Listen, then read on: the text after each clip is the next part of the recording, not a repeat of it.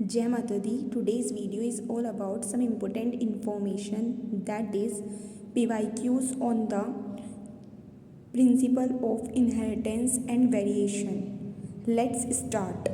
The first question is given below are two statements. Statement first is Mendel studied 7 pair of contrasting traits in pea plant and proposed the law of inheritance.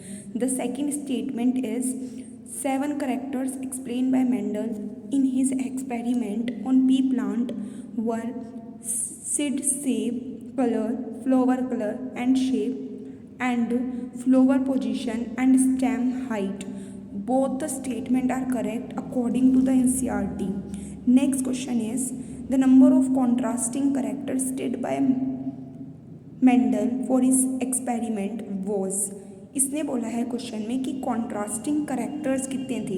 इसने आपको true breeding नहीं पूछा, इसलिए आप 7 character बताएंगे, ना कि 14, because 14 उसने ट्रू ब्रीडिंग प्लांट्स लिए थे एंड 7 उसने कॉन्ट्रास्टिंग करेक्टर्स लिए थे, मतलब अपोजिट वे में।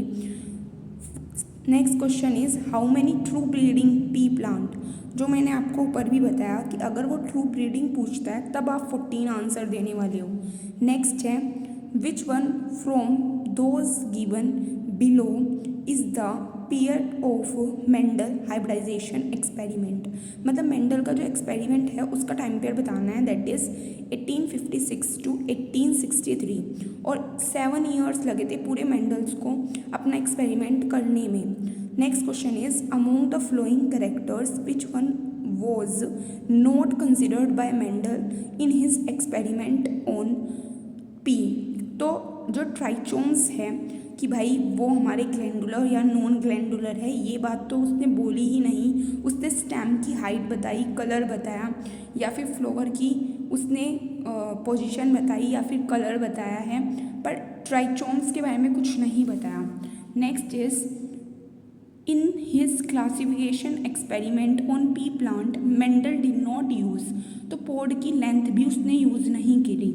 Next question is which one of the flowing trait of garden pea study bye Mendel was a recessive feature, इनमें से रिसेसिव फीचर कौन सा है। रिसेसिव फीचर वो फीचर होता है जो कि जब हमारे पास दोनों ही करेक्टर्स, मतलब दोनों ही जैसे हमारी एलीज होती हैं, अगर वो रिप्रेजेंट हो, मतलब अगर आर आर दोनों ही इस तरीके से वहाँ पे हों तभी अपने आप को डोमिनेट कराएगा, वरना नहीं करेगा। तो जैसे कि ग्रीन सीड की जो कलर होता है, बीज का कलर, वो एक रिसेसिव ट्रेट होता है। Next question is which of the following character studied by Mendel in garden pea was found to be dominant. Dominant वो होगा कि अगर एक भी एलीज पे प्रेजेंट होगा तो वो डोमिनेट करेगा, दैट इज ग्रीन पोड का कलर। नेक्स्ट हमारा क्वेश्चन है the alleles which is unable to express its effect in the presence of another is called. एक एलीज जो दूसरे की प्रेजेंस में अपने आप को एक्सप्रेस नहीं कर पाता, इसको हम बोलते हैं रिसेसिव। अगर वो दोनों ही एलीज प्रेजेंट होंगे तभी ये एक्सप्रेस कर पाएगा, तभी वो रिसेसिव कहलाता है। जबकि डोमिनेंट ऐसा होता है अगर वो एक भी प्रेजेंट होगा तब भी वो डोमिनेट करेगा और अपने आप को रिप्रेजेंट करेगा। नेक्स्ट है फर्स्ट जेनेटिक या फिर father of genetics is, that is Mendel. Next question है what is the reason for Mendel success, Mendel की सक्सेस का रीज़न क्या है। तो आप कहेंगे कि भाई उसकी कंसिडरेशन कि उसने इतने सारे करेक्टर्स लिए एक ही समय पे, मतलब एक समय पे एक करेक्टर की बात चली थी, लेकिन उसने बहुत सारी, मतलब क्या लिया था, उसने अपनी जो एक्सपेरिमेंट थी उसमें बहुत सारी नॉलेज बताई, मतलब स्टेप बाय स्टेप हर चीज़ के बारे में बताया।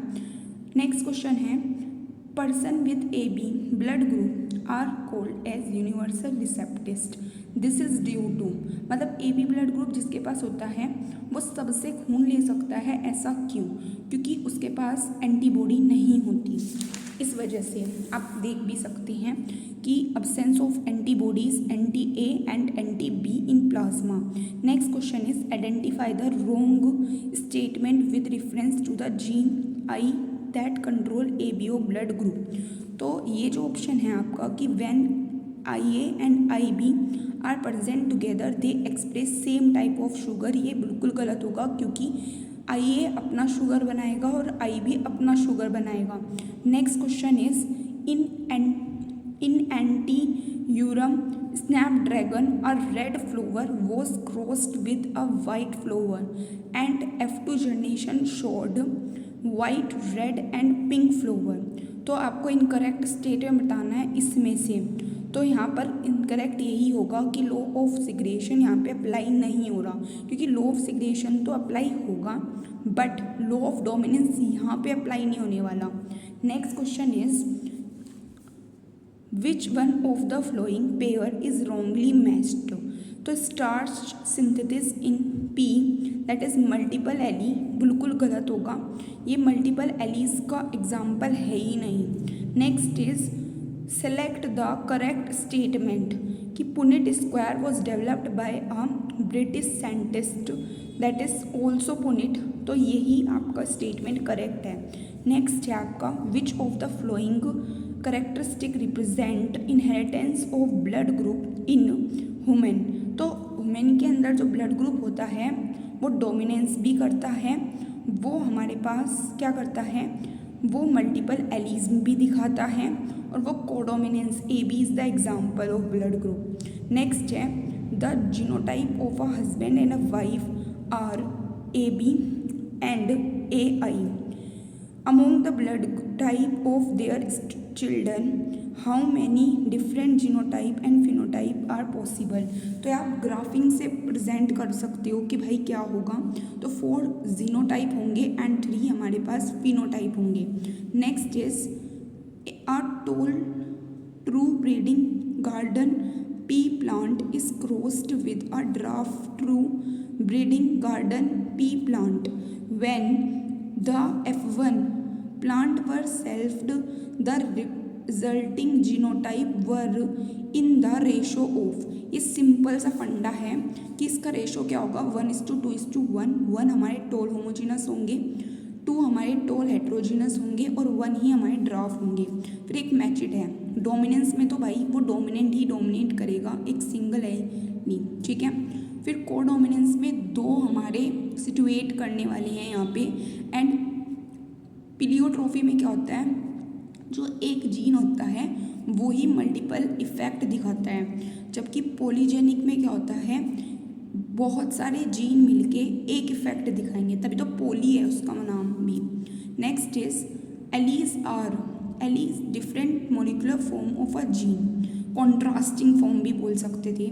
A gene showing codominance has both allies independently expressed in the heterozygote. Next is if 2 person with AB blood group marry and have sufficiently large number of children, these children could be classified as A blood group, AB blood group, B blood group, 1:2:1 ratio. Modern technique of protein electrophoresis reveal presence of both A and B type protein in AB blood group individual. This is an example. बिल्कुल simple था, इतनी बड़ी खिचड़ी पकाई पर last में ये पूछ लिया कि AB ब्लड ग्रुप किसका एग्जाम्पल है, तो कोडोमिनेंस का है। नेक्स्ट है आपके पास which Mendel idea is depicted by a cross in which the F1 generation resemble both the parent. तो बोथ द पेरेंट तो फिर कोडोमिनेंस। नेक्स्ट आ गया a certain road accident patient with unknown blood group needs immediate blood transfusion. His one doctor friend at once offer his blood. What was the blood group of the donor? भाई बिना मतलब इस blood donor का जो blood होगा वो blood group O होगा, O भी नेगेटिव, मतलब क्योंकि O वाले यूनिवर्सल डोनर होते हैं। नेक्स्ट क्या हुआ कि हमारे पास F2 जनरेशन में in a Mendelian cross showed that both genotype and phenotype ratio are the same 1:2:1. It represents a case of monohybrid cross with incomplete dominance. Next is a test cross is carried out to determine the genotype of a plant at F2 generation. Next है test cross in plant or in Drosophila involve crossing the F1 hybrid with a double recessive genotype। एक ये हमारे पास test cross होती है एक back cross भी होती है जहाँ पर रिसेसिव के साथ ही नहीं, कोई से भी पेरेंट के साथ चलता है, डोमिनेंट के साथ भी या रिसेसिव के साथ भी बैक क्रॉस। नेक्स्ट है in antirrhinum to snapdragon, two plant with pink flower were hybridized. The F1 plant produced red, pink and white flower in the proportion of 1 red, 2 pink and 1 white. What could be the genotype of the two plant used for hybridization? Red flower color is determined by RR and white color by small r. तो आपको बताना था कि हमारे पास जो इन hybridisation का genotype क्या होगा, that is small r and big r. Next है हमारे पास a cross in which an organism showing a dominant genotype is crossed with a recessive parent in order to known its genotype is called test cross. Next है आपके पास ABO blood group.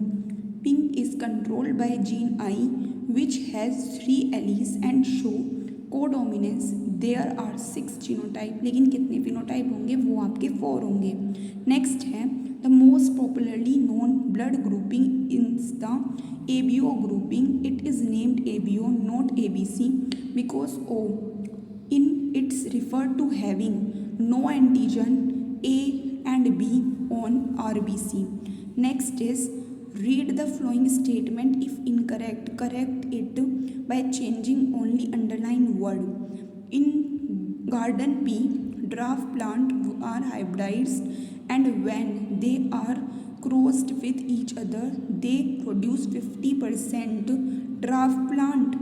तो इसमें आपको ना cross वगैरह करके देखनी पड़ेगी, एक बार आपको पूरा वो बनाना पड़ेगा, है ना, ग्राफ टाइप जैसे आप बनाते हो, फिर आंसर निकलेगा। Next is a common test to find the genotype of a hybridized is by crossing of one F1 progeny with male parent. Next is in pea plant yellow seeds are dominant to green, मतलब yellow वाले green से dominant हैं। अगर heterozygous yellow को हम crossed कराते हैं green के साथ तो हमारे पास रेशो क्या होगा येलो एंड ग्रीन सीड का हमारे F1 जनरेशन में, दैट इज़ 50-50%। ऐसे कैसे होगा देखिएगा, हमने जो ग्रीन प्लांट है जो कि हमारा डोमिनेंट नहीं रिसेसिव है ये ले लिया, ये हमने येलो ले लिया क्योंकि उसने बोला था कि येलो सीड्स आर डोमिनेंट, लेकिन येलो वाला हेट्रोजाइगस है तो इसलिए ये लेना पड़ा। तो आप देख सकते हैं इनकी क्रॉसिंग कराने के बाद 50-50 चांसेस होंगे। ठीक है, thank you and sorry for अगर मेरी थोड़ी सी भी प्रोनाउंसिएशन मिस्टेक हो रही है, and subscribe my channel. Thank you so much.